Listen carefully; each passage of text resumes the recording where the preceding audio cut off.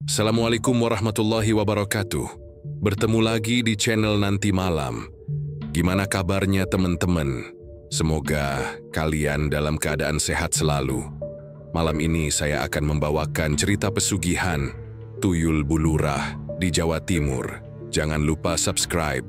Tulisin nyalakan lonceng notifikasinya agar nggak ketinggalan cerita horor berikutnya. Oke, tanpa berlama-lama lagi, siapkan nyali kalian karena kita akan langsung masuk ke ceritanya. Desa Sukorejo di Jawa Timur adalah desa kecil yang tenang dan teratur. Penduduknya ramah, tanahnya subur, dan kehidupan berjalan lambat tapi pasti.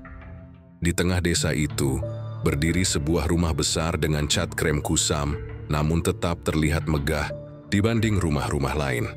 Di halaman depannya berdiri papan kayu tua bertuliskan, Warung Sembako Windy. Rumah itu milik Bu Windy, seorang janda berusia 45 tahun, yang juga menjabat sebagai kepala desa. Meski telah ditinggal suaminya sejak 10 tahun lalu karena kecelakaan, Bu Windy tetap teguh dan tak menikah lagi. Ia dikenal tegas, cekatan, dan tidak banyak bicara. Ia menjalankan tugasnya sebagai lurah dengan disiplin dan dipercaya warga. Selain mengurus urusan desa, Bu Windy juga membuka warung sembako di rumahnya. Warung itu sudah berdiri lebih dari 15 tahun dan menjadi andalan banyak warga. Mulai dari beras, gula, minyak, hingga sabun dan gas LPG, semuanya lengkap di sana. Ia dibantu satu karyawan paruh waktu, seorang pemuda desa bernama Randy, yang biasanya datang sore sampai malam. Warga menghormatinya. Mereka memanggilnya Bu Lurah dengan penuh hormat, bukan sekadar karena jabatannya, tapi juga karena ia dianggap orang yang berjasa dan baik. Hidupnya terlihat berkecukupan. Ia punya mobil kecil, ladang sewa, dan bahkan katanya punya simpanan emas. Namun, siapa sangka bahwa di balik senyumnya yang ramah dan tampilannya yang anggun dengan kebaya modern, Bu Windy menyimpan rasa sepi yang diam-diam berubah menjadi kegelisahan. Semua berubah ketika sebuah mobil pickup masuk ke desa, mengangkut karung-karung berisi bahan pokok. Mobil itu berhenti di sebuah rumah tua yang baru direnovasi, hanya 100 meter dari rumah Bu Windy. Dari sana, turun seorang pria paruh baya dan seorang wanita dengan jilbab merah menyala. Mereka terlihat ramah, langsung menyapa tetangga sekitar, memperkenalkan diri sebagai Pak Tri dan Ibu Dina. 2 hari kemudian, berdirilah toko sembako baru di desa itu. Nama tokonya sederhana, Tri Dina Sembako. Tapi yang mengejutkan warga adalah harga-harganya. Jauh lebih murah dari harga di warung Bu Windy. Awalnya Bu Windy tak ambil pusing.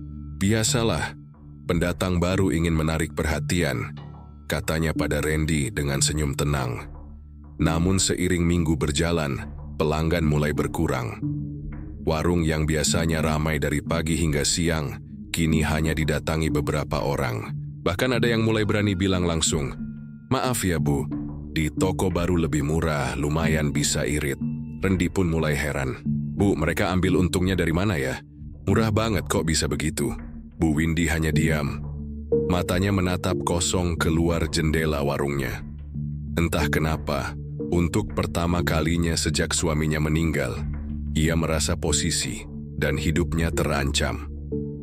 Dalam sebulan, situasi makin memburuk. Pak Tri dan Ibu Dina semakin populer. Mereka bahkan membagikan sembako gratis saat hari Jumat pertama bulan itu. Nama mereka mulai disebut-sebut dalam rapat RT, dan ada kabar mereka akan ikut menyumbang untuk perbaikan jalan desa. Sementara itu, wajah Bu Windy mulai berubah. Ia tidak lagi banyak bicara di balai desa. Ia sering termenung di beranda rumahnya, menatap warungnya yang makin sepi. Malam-malamnya jadi dingin dan hampa. Tak ada lagi suara pembeli, hanya suara angin dan dengungan kipas angin tua. Di kamarnya, ia sering memandangi foto suaminya yang tergantung di dinding. Di bawah cahaya redup lampu neon, ia berkata pelan, "Aku sudah berjuang sendirian selama ini, tapi sekarang semua mau dirampas begitu saja." Ia tidak bisa menerima kenyataan bahwa orang luar datang, langsung mengambil perhatian dan kepercayaan warga. Itu bukan hanya soal uang, ini soal harga diri. Ia adalah Bu Lurah. Ia adalah yang pertama membuka usaha di desa itu. Mengapa sekarang harus kalah? Malam itu, ia duduk termenung di dapur menyeduh teh pahit. Tiba-tiba suara notifikasi dari ponselnya berbunyi. Sebuah pesan WhatsApp dari nomor tak dikenal masuk. Ingin usahamu kembali ramai dan berlipat untung? Datanglah ke pasar malam belakang desa jam 2 pagi. Cari tenda hitam, tapi hanya datang kalau benar-benar siap membayar harga. Bu Windy terdiam. Ia membaca ulang pesan itu, jantungnya berdebar. Tak ada nama, tak ada salam. Tapi entah kenapa ia tak menghapusnya. Langit malam terlihat kelam, dan angin mulai berhembus lebih dingin dari biasanya. Langit malam menyelimuti desa Sukorejo dengan sunyi yang tak biasa. Waktu menunjukkan pukul 1:45 dini hari. Sementara sebagian besar warga telah terlelap dalam mimpi, Bu Windy masih duduk di kursi kayu dekat jendela kamarnya, menggenggam ponsel dengan pesan misterius yang masih terbuka. Datanglah ke pasar malam belakang desa jam 2 pagi. Cari tenda hitam, tapi hanya datang kalau benar-benar siap membayar harga. Pesan itu terngiang-ngiang di kepalanya. Awalnya ia mengira itu hanya ulah iseng, tapi entah kenapa, malam ini ada dorongan aneh dalam dirinya. Rasa sakit hati, kecewa, dan dendam diam-diam menyatu. Berubah menjadi kekuatan yang menuntunnya untuk keluar rumah. Dengan langkah pelan dan hati was-was, Bu Windy mengenakan jaket hitam dan kerudung gelap. Ia menyelinap keluar tanpa suara, hanya membawa senter kecil di tangan. Udara malam itu terasa lebih dingin dan tebal dari biasanya, seolah seluruh alam menahan napas. Pasar malam yang biasanya hanya buka setiap Sabtu malam, kali ini tampak berbeda. Ia menyusuri jalan setapak ke arah belakang lapangan desa, tempat yang dulu biasa dipakai sirkus keliling atau pertunjukan kuda lumping. Tapi malam ini tak ada keramaian, hanya barisan tenda kosong yang gelap, seperti bangkai binatang mati, hingga akhirnya dari kejauhan, ia melihat sebuah tenda berwarna hitam legam. Tak ada lampu, tak ada suara. Hanya satu lentera minyak di depannya, menyala redup seperti nyawa yang tinggal separuh. Udara di sekeliling tenda itu seperti menahan embusan angin. Pepohonan bergoyang lambat, tapi daun-daunnya tak bersuara. Bu Windy berhenti sejenak. Jantungnya berdebar. Ia hampir berpaling. Tapi suara kecil dalam hatinya terus berbisik. Kamu ingin kalah? Kamu ingin dipermalukan begitu saja? Ia mendekat lalu membuka tirai kain tenda. Pertemuan dengan Mbah Seno di dalam tenda. Ada satu orang duduk di atas tikar pandan. Sosoknya tua, berjubah abu gelap, dengan mata yang tajam dan senyum samar yang tidak mengundang rasa nyaman. Lelaki itu menatap Bu Windy seolah sudah menunggunya sejak lama. "Selamat datang, Bu Lurah," ucapnya pelan. Suaranya serak tapi jelas, seperti suara yang keluar dari sumur tua. "Anda siapa?" tanya Bu Windy gugup. "Aku cuman orang yang menghubungkan kebutuhan dengan kekuatan yang mampu memenuhinya. Nama orang-orang memanggilku Mbah Seno." Bu Windy terdiam. Ia merasa kata-kata itu bukan main-main. Mbah Seno mengeluarkan sebuah kendi kecil dari bawah tikarnya, lalu menuangkan air ke dalam cawan tanah liat dan menyerahkannya. "Minum, supaya batinmu terbuka." Bu Windy ragu sejenak, tapi akhirnya menyesap seteguk. Rasanya pahit dan getir, seperti daun kering yang ditumbuk bersama darah. Setelah itu Mbah Seno mulai bicara lebih dalam. "Aku tahu usahamu merosot. Harga dirimu dilindas oleh pendatang. Kau ingin segalanya kembali. Tapi kau juga tahu, dunia ini tak ada yang gratis. Apa yang harus saya lakukan?" Bisik Bu Windy, suaranya nyaris tak terdengar. Mbah Seno tersenyum. Ia mengeluarkan sebuah botol kaca kecil berisi cairan kehijauan. Di dalamnya terlihat bayangan hitam kecil yang terus bergerak. Wujudnya seperti anak kecil, tapi tanpa mata dan tanpa wajah. "Ini tuyul," katanya. "Makhluk halus yang bisa membantu mempercepat kekayaanmu. Ia akan mencuri kekayaan orang lain dan membawanya padamu. Tapi ingat, setiap perjanjian ada bayarnya." "Apa bayarannya?" "Tumbal. Satu tumbal kecil setiap tahun. Bisa hewan, bisa makhluk lemah lain. Dan setelah 5 tahun, kau akan dihadapkan pada satu pilihan akhir, hidupmu, atau seseorang yang kau cintai. Bu Windy menelan ludah. Saya tidak punya siapa-siapa lagi. Suami saya sudah tiada, anak pun tidak ada. Kalau begitu, kau tahu siapa yang akan diambil terakhir kali. Suasana tenda mendadak lebih gelap. Angin dari luar berhenti total. Lentera hampir padam. Di luar suara anak kecil tertawa pelan, lirih seperti bisikan dari liang kubur. Mbah Seno lalu mengambil darah dari jari Bu Windy dan menorehkannya di botol kaca. Perjanjian selesai. Tuyul ini akan mengikutimu, tak kasat mata oleh orang awam. Tapi kalau kau langgar aturannya, ia akan membuat hidupmu lebih menderita dari mati. Bu Windy mengangguk pelan, jiwanya terasa ringan, tapi dingin. Saat ia keluar dari tenda, matahari masih belum terbit. Tapi anehnya, ayam-ayam mulai berkokok seperti tengah siang. Daun-daun berjatuhan tanpa angin. Dan dari belakangnya suara, tawa kecil itu masih terdengar mengiringi langkahnya pulang. Langkah yang tidak akan pernah bisa. Ia tarik kembali. Pagi itu suasana rumah Bu Windy kembali sunyi seperti biasa. Namun di dalam dirinya, ada sesuatu yang berubah. Entah dari mana datangnya rasa percaya diri itu. Ia merasa lebih ringan, seolah beban yang selama ini menghimpit dadanya sudah terangkat. Matanya menatap warung sembakonya yang masih sepi dengan tatapan berbeda. Tajam, penuh harapan, dan licik. Di dapur, sisa air dalam kendi dari Mbah Seno masih tersisa. Bu Windy menyimpannya di belakang rak beras, jauh dari jangkauan siapapun. Dan di pojok ruang tamu, tepat di bawah lemari tempat ia menyimpan uang receh. Ia tahu, tuyul itu sudah menetap di sana. Ia tidak bisa melihatnya, tidak bisa menyentuhnya. Tapi sejak malam perjanjian, Bu Windy sering mendengar suara-suara aneh. Suara kecil seperti kuku mencakar lantai. Tawa lirih yang muncul mendadak saat warungnya sepi. Dan kadang barang-barang seperti pulpen, uang receh atau bros kecil berpindah tempat dengan sendirinya, tapi yang paling mencolok adalah uang yang tiba-tiba bertambah sore itu. Seperti biasa Bu Windy menghitung kas harian, padahal hanya 3 pembeli datang sejak pagi. Namun saat dihitung, isi lacinya melebihi dugaan. Loh, kok bisa? Gumamnya. Tadi cuma laku 5 bungkus mie, 2 liter minyak, tapi ini uangnya lebih dari 150.000. Esok harinya, hal yang sama terjadi lagi. Pelanggan hanya sedikit, tapi uang di laci selalu bertambah. Awalnya Bu Windy mengira Randy yang salah mencatat, tapi setelah beberapa hari, ia mulai paham. Tuyul itu mulai bekerja, dan benar saja. Kabar bahwa toko Pak Tri dan Ibu Dina sering kehilangan barang pun mulai terdengar ke telinga warga.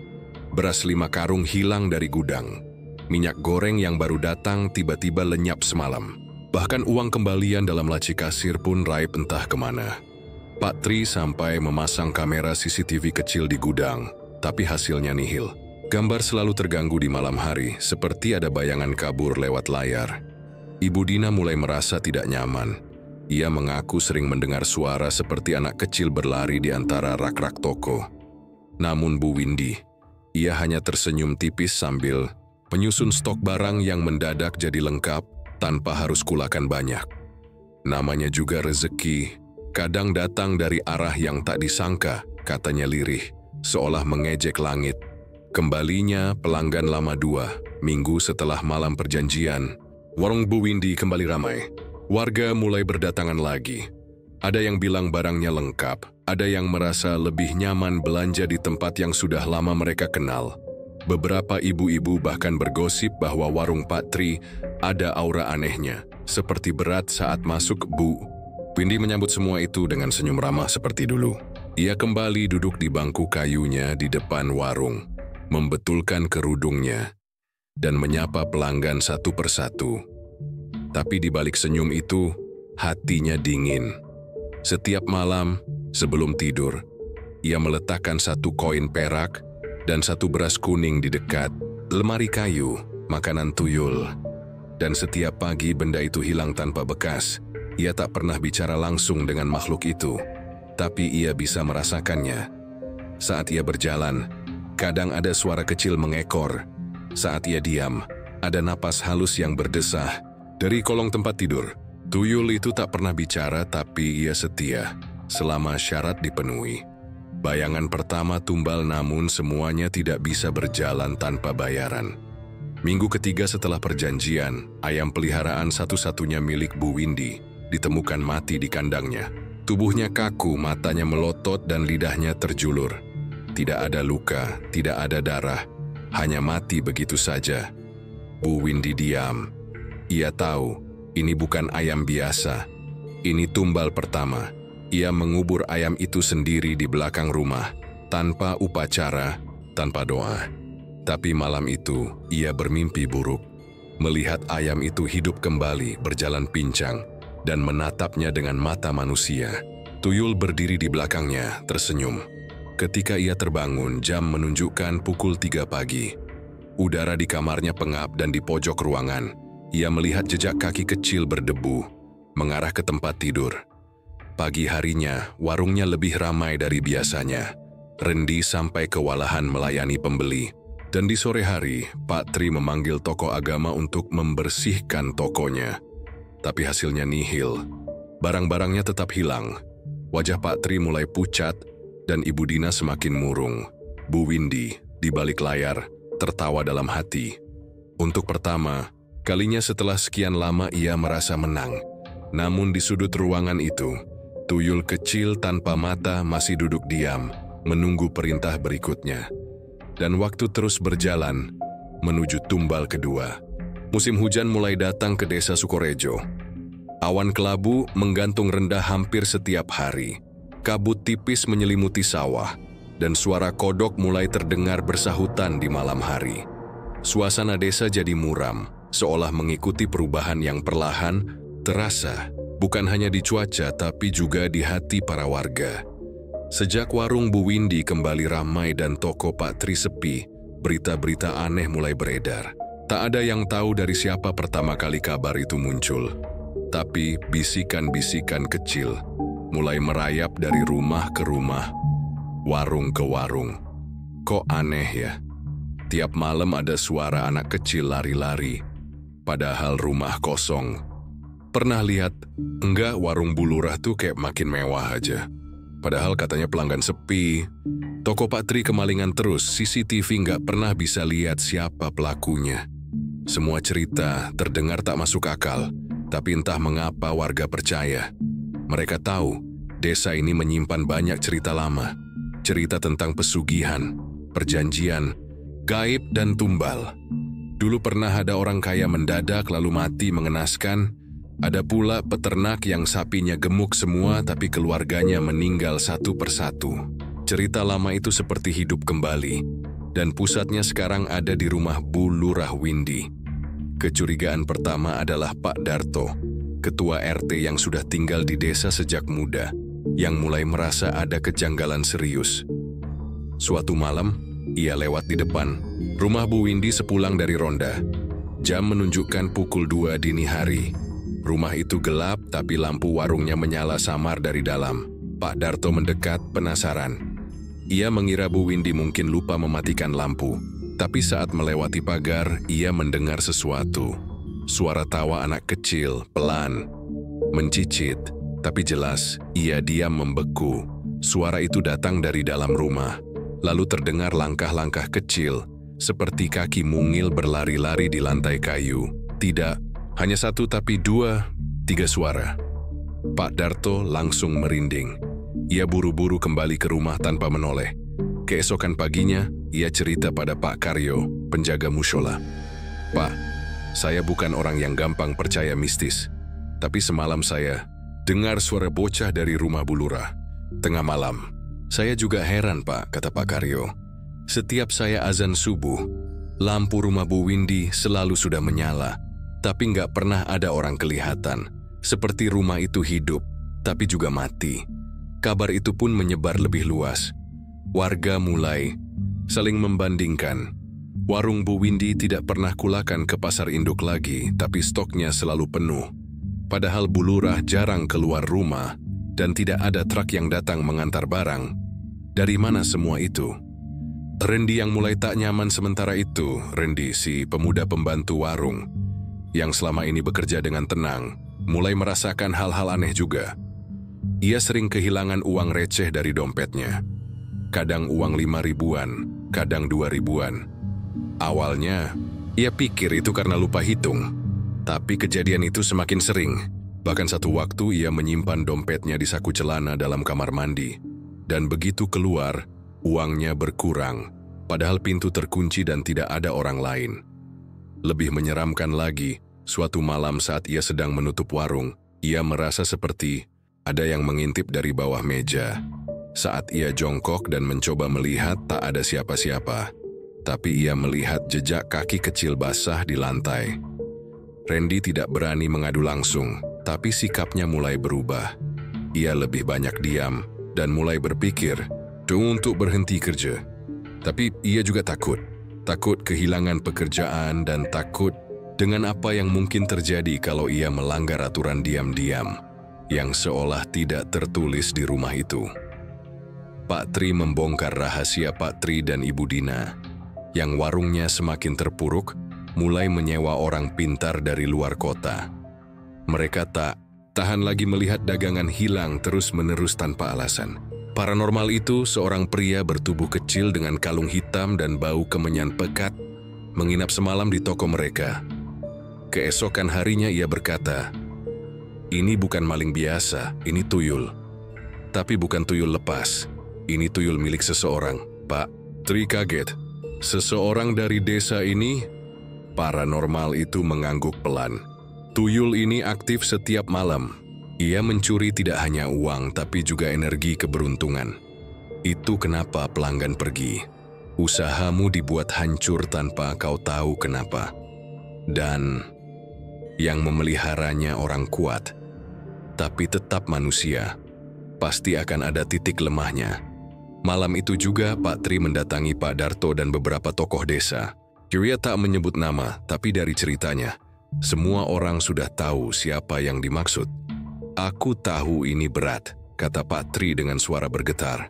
"Tapi kalau kita biarkan terus, bukan cuma usaha kita yang habis, bisa-bisa nyawa kita juga ikut hilang."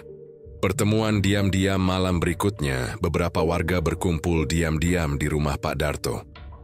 Mereka membuat rencana untuk mengamati rumah Bu Windy selama beberapa malam. Mereka sepakat untuk tidak langsung menuduh, karena Bu Windy masih lurah. Tapi mereka juga tahu, sesuatu yang salah sedang berkembang di desa mereka. Dan kalau dibiarkan, akan memakan lebih banyak dari sekadar uang dan warung. Di luar, hujan turun gerimis. Angin menggesek daun-daun pisang dengan suara serak. Sementara itu, di rumah Bu Windy, tuyul kecil itu tengah berlari di bawah kolong meja, mencuri uang dari dompet milik salah satu warga yang disimpan di lemari. Dan di pojok ruangan, Bu Windy duduk diam dengan mata tajam, seperti tahu semuanya, tapi tidak peduli. Ia sudah masuk terlalu dalam. Dan ia tidak akan berhenti meski seluruh desa mulai mencium bau bangkai dari perbuatannya. Sudah hampir 2 bulan sejak Bu Windy menjalani pesugihan dengan tuyul. Warung sembakonya kini tak pernah sepi. Uang mengalir deras, bahkan lebih banyak dari masa kejayaan sebelum kedatangan Pak Tri dan Ibu Dina. Tapi, di balik semua keberhasilan, bayangan kematian mulai mengintai dengan tenang.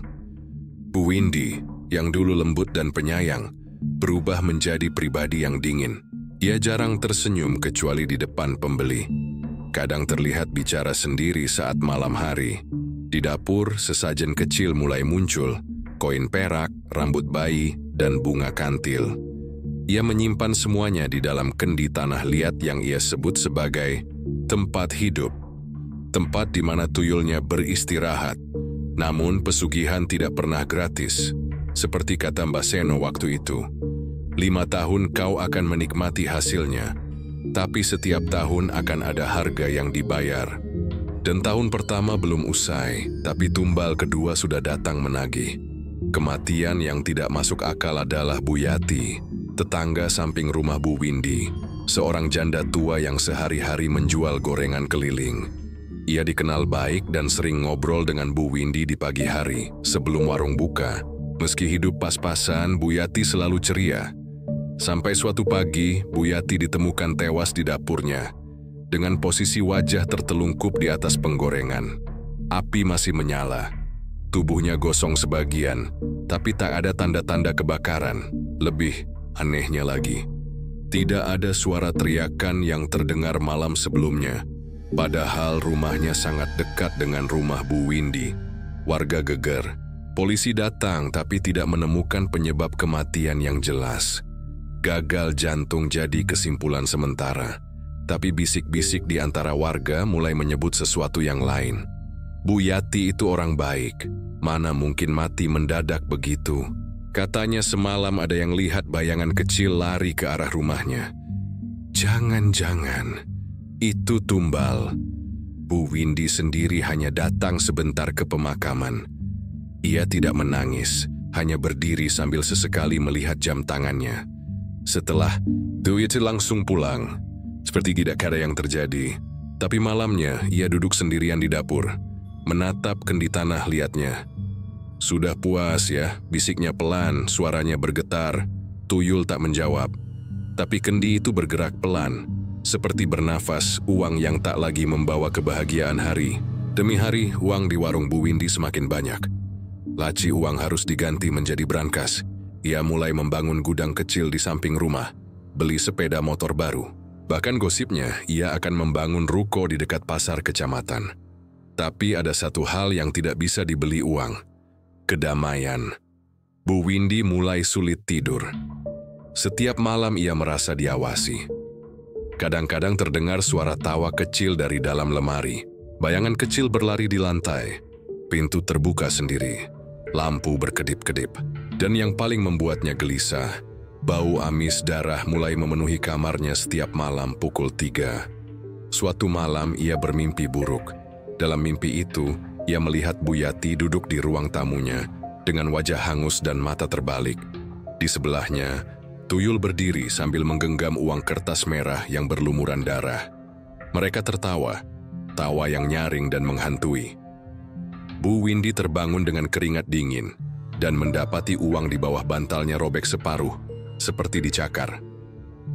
Ia mencoba menyiram rumah dengan air bunga, membakar kemenyan, bahkan menyuruh Randy memutar doa-doa dari pengeras suara. Tapi tidak ada yang berhasil. Tuyul itu tidak bisa diusir, karena dia bukan makhluk liar.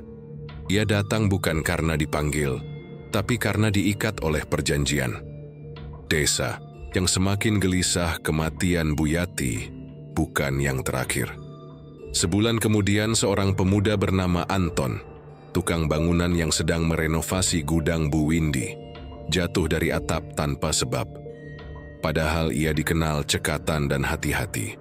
Tubuhnya ditemukan dengan leher patah, matanya melotot ke arah rumah Bu Windy. Ini bukan kecelakaan biasa, Pak Darto, kata seorang warga. Lah wong atap itu baru seminggu jadi, nggak mungkin ambruk. Rasa takut mulai tumbuh di hati. Warga, mereka tak berani lewat depan rumah Bu Windy saat malam.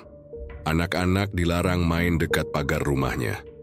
Dan di mushola, doa-doa tolak bala mulai dipanjatkan lebih sering.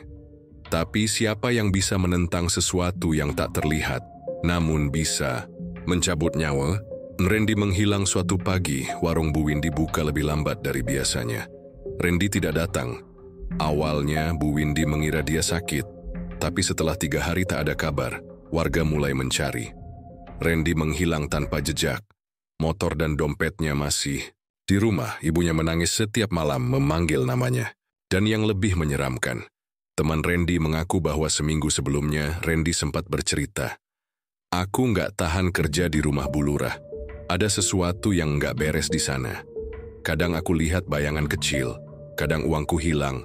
Aku takut, tapi juga nggak bisa keluar."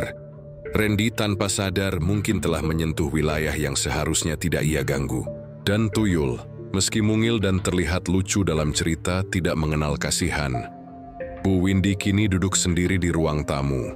Lampu temaram menyinari dinding. Di sekelilingnya, tumpukan uang memenuhi brankas dan laci-laci. Tapi matanya kosong, bibirnya pucat, wajahnya mulai menua lebih cepat dari seharusnya. Ia tahu ini baru tahun pertama, masih ada 4 tahun lagi, 4 tahun penuh kemewahan, dan 4 tahun penuh tumbal. Langit malam di desa Sukorejo mendung berat. Bulan nyaris tak tampak, tertutup kabut tebal yang menggantung sejak sore.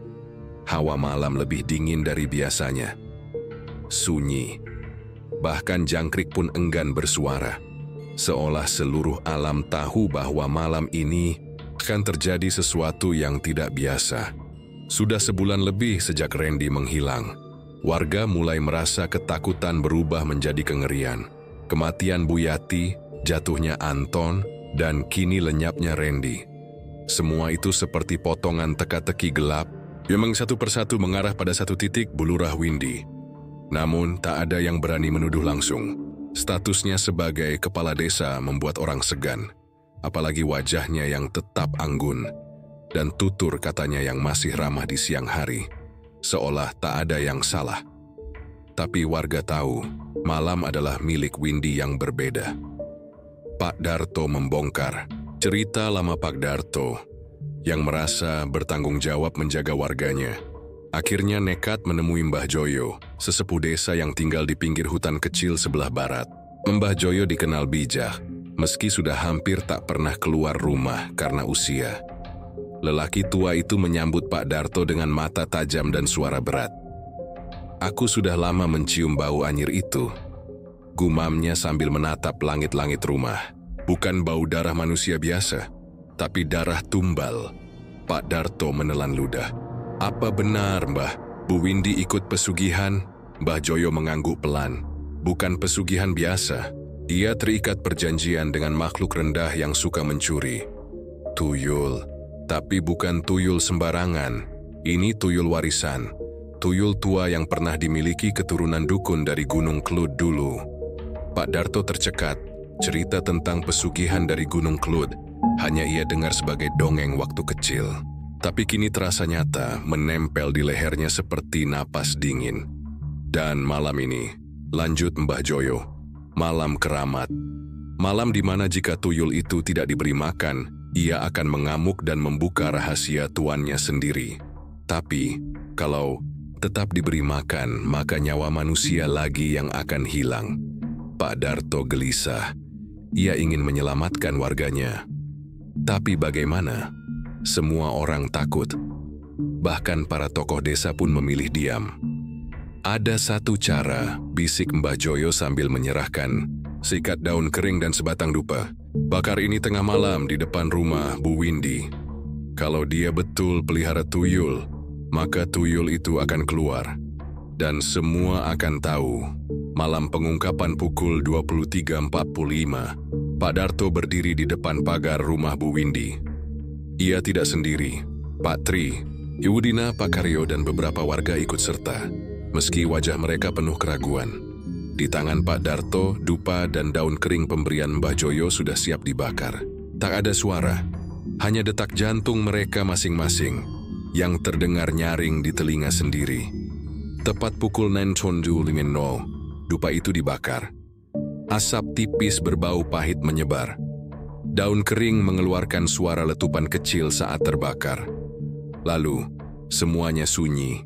Sampai tiba-tiba terdengar jeritan melengking dari dalam rumah Bu Windy. Pintu depan terbuka keras. Angin kencang menerjang keluar, membawa aroma amis dan busuk. Warga mundur ketakutan. Di ambang pintu, Bu Windy berdiri dengan rambut terurai acak-acakan, mata merah seperti tidak tidur berhari-hari, bajunya kusut. Wajahnya bukan lagi wajah Bu Lurah yang mereka kenal. "Kalian?" desisnya lirih, berani membangunkannya. Dan saat itulah tuyul itu muncul. Makhluk kecil setinggi pinggang anak-anak, dengan kulit pucat kehijauan. Matanya hitam besar tanpa bola putih. Ia berjalan pelan ke depan rumah, membawa tumpukan uang receh di kedua tangannya. Setiap langkahnya membuat daun-daun gugur, dan lampu-lampu di sekitar rumah mati satu persatu. Warga menjerit. Beberapa berlari, Tapi Pak Darto tetap berdiri, memegang dupa dan menggumamkan doa dengan suara gemetar. Tuyul itu mendekat, lalu berhenti, tepat di hadapan dupa yang masih menyala. Dan kemudian ia menjerit, keras, panjang, melengking, lalu hilang menjadi asap hitam yang langsung masuk ke tubuh Bu Windy. Perempuan itu roboh seketika, mulutnya mengeluarkan busa. Ia kejang-kejang, matanya mendelik, tapi sebelum tak sadarkan diri, ia sempat berteriak satu kalimat yang membuat semua orang yang hadir malam itu merinding. Aku belum siap, tumbalnya belum cukup. Bu Windy jatuh, tapi belum mati. Bu Windy dibawa ke puskesmas dini hari. Tuibun Sione, dokter tidak bisa menjelaskan keadaannya. Katanya syok berat, tapi ia tak sadarkan diri selama 3 hari. Saat akhirnya sadar, ia sudah tidak bisa bicara normal lagi. Bicaranya lambat, matanya kosong. Kadang tertawa sendiri, kadang menangis, sambil menyebut nama-nama yang tak dimengerti siapapun. Warungnya tutup total. Uang dan barang-barang dagangan mulai membusuk. Brankas terbuka, penuh uang yang sudah berjamur hitam. Tidak ada satupun warga yang berani mendekat, apalagi mengambilnya. Karena semua tahu, itu uang kotor. Uang kutukan, Pak Tri, dan warga kemudian membuat musyawarah besar. Mereka memutuskan mengganti jabatan kepala desa. Dengan suara bulat, mereka sepakat bahwa Bu Windy harus diistirahatkan dari tugasnya. Dan semua harta miliknya dianggap bukan milik siapa-siapa. Sementara itu, Mbah Joyo hanya tersenyum pahit saat Pak Darto datang melapor. Belum selesai Darto, itu baru permukaan. Karena pesugihan itu terikat 5 tahun. Jadi, meskipun sudah terbongkar, tanya Pak Darto cemas. Ya, jawab Mbah Joyo datar. Selama 5 tahun belum genap, tuyul itu akan terus menagih tumbal. Dan Bu Windy belum selesai bayar. Maka, ia akan hidup hanya untuk menunggu ajalnya datang satu persatu. Desa Sukorejo tak lagi sama sejak malam keramat itu. Rumah Bu Windy kini seperti rumah hantu yang masih berpenghuni. Tak seorang pun berani mendekat, bahkan saat siang bolong. Padahal dulu, rumah itu adalah pusat kegiatan, ramai dengan pembeli, warga, dan tamu dari luar kota. Kini pagar depan tumbuh ilalang, cat dinding mulai mengelupas, dan jendela-jendelanya tertutup rapat seperti menahan sesuatu yang tak ingin keluar. Bu Windy masih hidup, tapi bukan lagi sebagai lurah, apalagi pedagang sukses. Ia hidup seperti tawanan di rumahnya sendiri. Setelah peristiwa malam tuyul itu, Bu Windy tidak pernah keluar rumah. Ia dirawat oleh seorang perempuan tua, kerabat jauh dari desa sebelah yang datang atas panggilan keluarga. Namun, perempuan tua itu pun hanya bertahan seminggu, lalu kabur tengah malam sambil menangis tanpa membawa barang apapun. Ada sesuatu yang mengikuti saya tiap malam, katanya saat dijemput Pak Darto. Saya dengar suara bayi menangis dari dalam tembok. Saya lihat jejak kaki mungil berdarah di dapur. Saya tak sanggup, Pak. Sejak itu, Bu Windy benar-benar sendiri. Makanan dikirim tiap hari oleh petugas desa, tapi hanya diletakkan di pagar. Kadang diambil, kadang tidak. Kadang makanan itu habis. Tapi yang menakutkan, ada bekas gigitan kecil-kecil di piringnya, seolah bukan manusia yang memakan. Di dalam rumah, hanya Tuhan yang tahu apa yang sebenarnya terjadi. Sementara itu, usaha Pak Tri dan Ibu Dina semakin maju. Banyak pelanggan Bu Windy yang pindah belanja ke toko mereka. Mereka juga dikenal ramah, tidak sombong, dan rajin membantu kegiatan desa. Namun keberuntungan mereka tiba-tiba berubah. Suatu malam, toko sembako mereka dilempar batu. Kaca pecah. Tidak ada yang melihat siapa pelakunya. Mereka kira itu hanya kenakalan remaja. Tapi seminggu kemudian, barang-barang mereka mulai hilang secara misterius. Pak Tri, tadi saya yakin sekali letak uang di laci. Tapi sekarang kosong, kata Ibu Dina panik. Gembok toko utuh, tidak ada yang rusak. Lebih menyeramkan lagi, mereka mulai mendengar langkah kaki kecil di plafon toko. Di pagi hari, terlihat jejak kaki anak-anak di atas meja. Padahal toko mereka terkunci semalaman. Pak Tri mencoba memasang CCTV, tapi anehnya, setiap malam rekaman CCTV menjadi gelap total selama beberapa menit. Tepat saat kejadian-kejadian ganjil itu terjadi. "Apa? Tuyulnya pindah ke kita?" tanya Ibu Dina dengan suara lirih. Pak Tri hanya menggeleng, meski wajahnya pucat. Ternyata tuyul itu belum puas. Ia mungkin tak lagi diberi makan oleh Bu Windy, tapi ia masih terikat padanya. Dan karena tidak dapat tumbal, ia mengganggu siapa saja yang dianggap mengancam tuannya. Mbah Joyo memberi peringatan. Terakhir Pak Darto kembali menemui Mbah Joyo, membawa kabar tentang gangguan di toko Pak Tri. Mbah Joyo mengangguk pelan. "Itu memang sudah saya duga. Bu Windy belum lunas, Emir, dan tuyulnya liar sekarang, tak terkendali." "Apa harus ada tumbal lagi, Mbah?" "Harus," jawab Mbah Joyo. "Tuyul jenis itu bekerja seperti kontrak. Kalau tidak diberi jiwa, ia akan mengambil sendiri. Siapa saja bisa jadi korban, bahkan yang tak ada hubungannya." "Lalu apa yang bisa kita lakukan?" tanya Pak Darto, semakin cemas. "Tinggal tunggu waktunya. Karena kalau tuannya tak kuat, dia sendiri yang akan jadi tumbal terakhir." Di dalam rumahnya yang sunyi, Bu Windy mulai berbicara sendiri. Ia kerap tertawa histeris di malam hari, lalu menangis keras di pagi buta. Kadang ia duduk menghadap ke dinding sambil menggoyangkan tubuhnya maju mundur. "Kalian tidak tahu, semua orang ingin aku miskin. Aku cuma mau hidup enak. Salahkah itu? Aku sudah beri mereka nyawa, tapi mereka bilang belum cukup. Belum cukup." Ia menulis kata-kata aneh di tembok. "Tumbal, tahun kedua. Siapa lagi?" Dan saat malam tiba, ia melihat sosok-sosok bayangan yang berdiri di pojok kamar. Ada yang tak berkepala, ada yang tertawa, ada pula yang hanya sepasang mata merah menyala, menatapnya tanpa berkedip. Uang-uangnya mulai membusuk. Barang-barang mewahnya rusak sendiri. Bahkan cermin di kamarnya retak tanpa sebab, seolah semuanya menolak untuk menemaninya. Satu malam, warga dikejutkan oleh suara jeritan dari rumah Bu Windy. Tak ada yang berani masuk, tapi suara itu sangat jelas. "Ambil." "Aku sah! Ya jangan ganggu orang lain lagi! Aku menyerah! Aku menyerah!" Tulal sunyi. Esok paginya, rumah itu seperti biasa, tertutup rapat. Tapi di depan pintu ada jejak kaki kecil berlumur darah menuju keluar pagar, lalu menghilang begitu saja, dan Bu Windy tidak pernah terlihat lagi. Warga tidak tahu apakah yang kau disembunyikan keluarganya, atau benar-benar diambil oleh sesuatu yang tak terlihat. Tapi satu hal yang pasti, rumah itu tetap kosong tapi selalu terasa hidup. Kadang malam hari lampu dalam rumah menyala sendiri. Kadang terdengar suara uang receh bergemerincing. Dan bau amis darah masih sering tercium saat angin bertiup dari arah selatan. Bu Windy telah membayar harga paling mahal demi mempertahankan harga dirinya, nyawa orang-orang yang tak berdosa, dan akhirnya dirinya sendiri.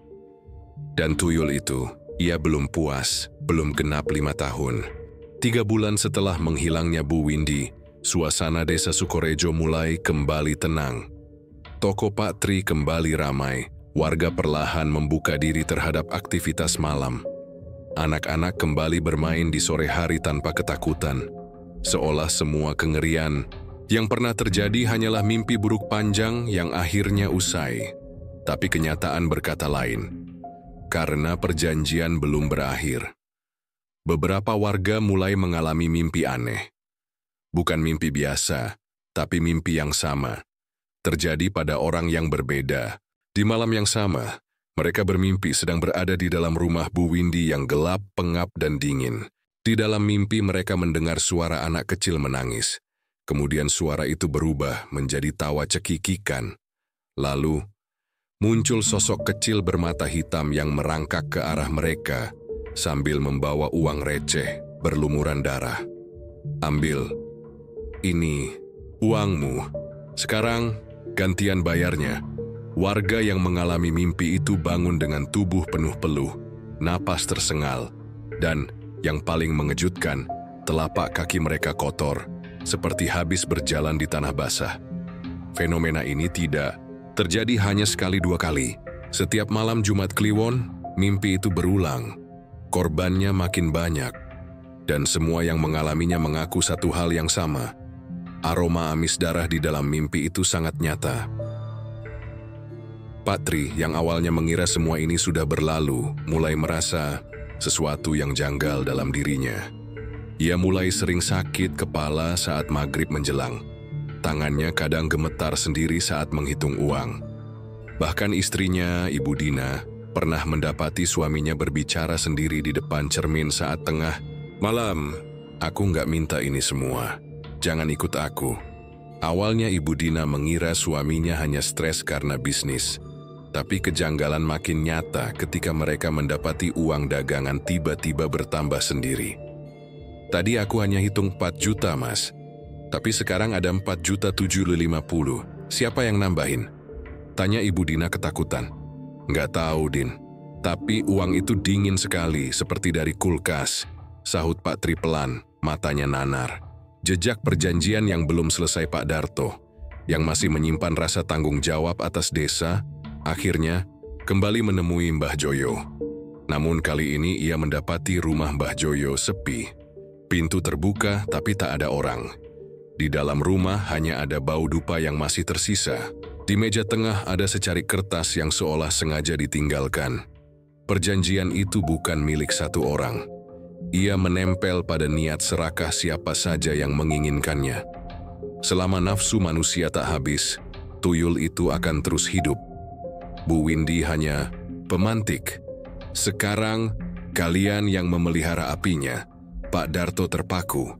Kertas itu terasa lebih dingin dari angin malam. Sejak saat itu, hal-hal aneh kembali terjadi. Bukan hanya mimpi, tapi uang milik warga mulai hilang secara acak. Kadang dari laci warung, kadang dari celengan anak-anak. Aneh ya, kehilangan itu tidak menyeluruh. Hanya beberapa lembar atau receh saja yang raib, seperti dicuri makhluk kecil, yang tahu mana yang bisa diambil dan mana yang tidak. Warga mulai resah. Apalagi ketika suara tangisan bayi kembali terdengar di beberapa sudut desa saat dini hari. Padahal tidak ada bayi yang lahir dalam 2 bulan terakhir. Dan satu kejadian mengguncang segalanya. Seorang warga bernama Mbak Rina ditemukan meninggal di dapur rumahnya. Matanya terbuka lebar, mulutnya membeku dalam posisi seolah hendak menjerit. Di sekeliling jenazahnya, tersebar uang logam Rp500, membentuk lingkaran kecil. Tidak ada tanda kekerasan, tidak ada luka. Tapi semua yang melihat tahu, ini bukan kematian biasa. Warga mulai menduga-duga, siapa yang sekarang memelihara tuyul itu? Apakah Pak Tri yang diam-diam menerima uang tambahan? Atau ada warga lain yang secara tidak sadar terikat oleh warisan pesugihan Bu Windy? Karena tuyul itu bukan seperti jin kontrak biasa. Ia tidak hanya menempel pada tuannya yang pertama, ia tertarik pada manusia yang mulai tamak. Manusia yang tergoda uang mudah. Manusia yang tahu bahwa jalan pintas bisa lebih cepat daripada kerja keras. Dan selama masih ada manusia seperti itu, perjanjian tak akan putus.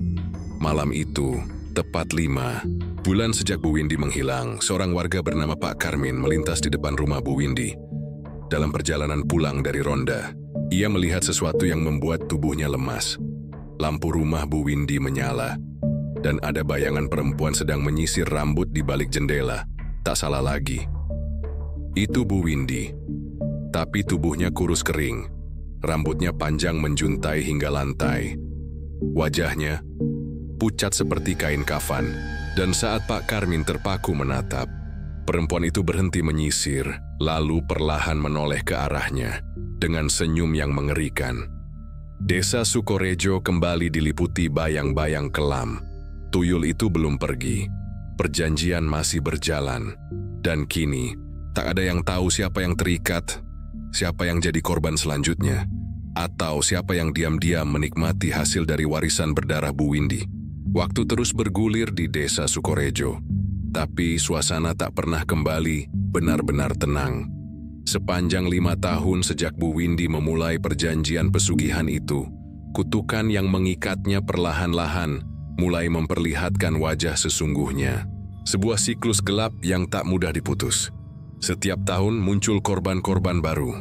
Mereka yang tanpa sengaja atau tanpa sadar terjerumus dalam bayang-bayang pesugihan itu. Ada yang kehilangan pekerjaan, ada yang sakit misterius, ada yang tiba-tiba meninggal secara aneh. Kisah mereka hampir selalu sama. Sebelum kejadian buruk, Yori kami mendapati keuntungan yang luar biasa. Bisnis laris, uang datang tanpa kerja keras dan keberuntungan tak terkira. Tapi harga yang harus dibayar selalu sama. Nyawa seseorang yang dicintai atau milik mereka sendiri. Pak Tri dan Ibu Dina, yang sempat menjadi pemenang dari pertarungan bisnis sembako di desa, kini mulai merasakan beban nyata. Uang yang terus mengalir deras membuat mereka kaya, tapi juga membuat hidup mereka terancam. Pak Tri makin sering gelisah.